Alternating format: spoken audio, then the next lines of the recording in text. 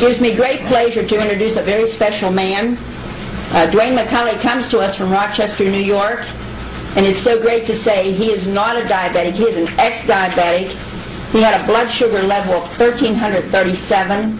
He was in a coma, and God was merciful. God was good. He also had a wonderful mother and a wonderful daughter who helped to bring him to where he is today. And he has written this marvelous book and has the DVD here that gives his story and gives you the blueprint of what to do to relieve yourself of diabetes. And we are epidemic level now with diabetes. And being an engineer, and also a Penn Stater at that, Dwayne was able to figure out what the real blueprint was for diabetes, which not too many people know. But he was given that wisdom, I believe, and today he is going to tell us how he beat this incredible illness. And I am delighted to introduce to you Dwayne McCulley. Welcome.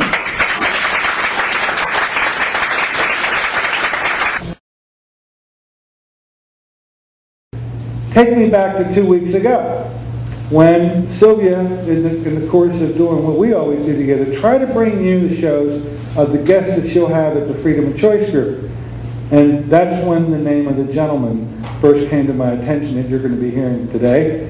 And at the time I didn't know, but I was to find out probably within 24 hours that, and I'll let him tell his own story, but the part I want to mention that he might not is that another engineer,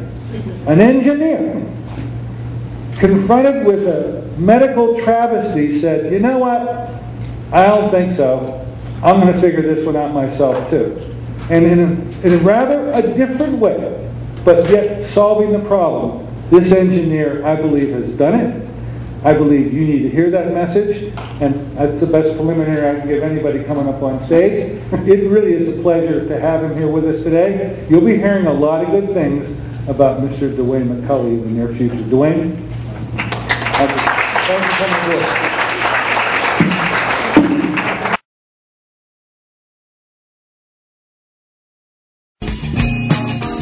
And back live with the Heart Show.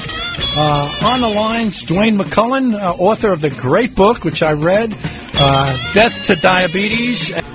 I went into a diabetic coma with a blood sugar level of 1,337.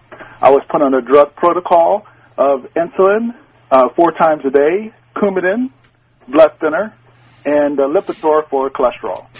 Wow. Yeah. Did you live? Yeah. Gradually weaned myself off of insulin. Mm-hmm. I was taking 60 units a day. Wow, that's a lot of insulin. Yeah. So basically you cured yourself from diabetes. Yes. Yes. They don't like to use the word cured. Well, you're cured basically, you're still genetically diabetic.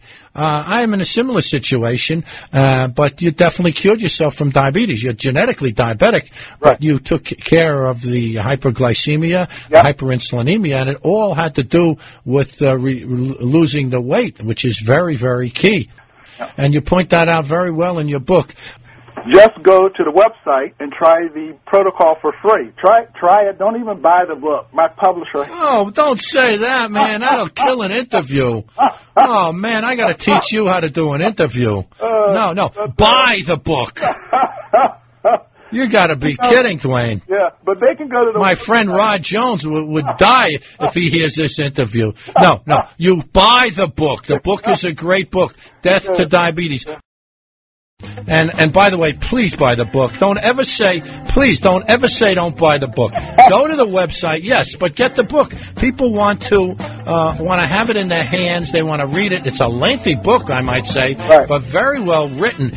Okay, so let's do that. Yep. Death2diabetes.com and get the book. Well, anyway, you have a great story. You have a great book, Dwayne. I want to thank you for coming on. Sure. The website and book, death2diabetes.com, and maybe we'll have you come back on again with a follow-up. So thanks very much. It is with great pleasure that I introduce a very special young man, a young man that I believe God spared because he had a large job for him to do.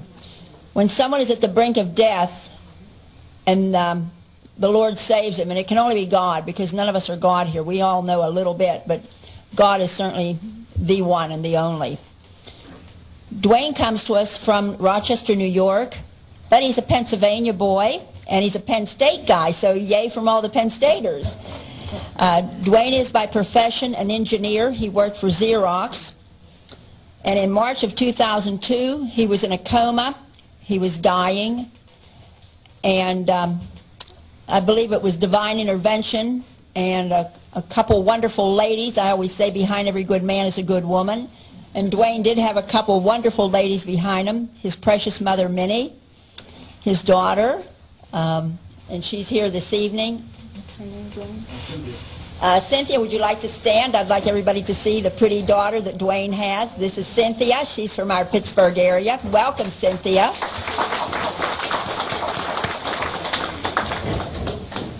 And your sister's name? Margot. Okay, and he also has a sister, Margot. Margot could not be with us this evening, but these three ladies, and with the hand of God, this is why Dwayne is here this evening. Dwayne had a blood sugar level of 1,337, so far off the chart that you can't even see it. He also had severe hypoglycemia. He had 2 blood clots. He was struggling with pneumonia, high cholesterol, and he was taking 4 insulin shots a day. That sounds like somebody's in some real trouble. And because of his engineering and biochemistry background, Dwayne was able to figure some real good figures out, and slowly and through, I'm sure, trial and error, he was able to come up with some formulation to figure out how to help himself. He also lost 30 pounds, and he has learned the secret. Learned it so well that now the medical doctors, when they have severe cases, they come and see him, and that's really saying something, because that's a real step down to a medical doctor. So he has much, much to tell, and thanks, Barbara. I apologize. Before I bring Dwayne to the podium, I would just like to ask a blessing on Dwayne and on each and every person here. Thank you. And I just thank you, Dwayne, for coming. It is a sincere pleasure that we bring you to the podium, and we welcome you. Pittsburgh welcomes you.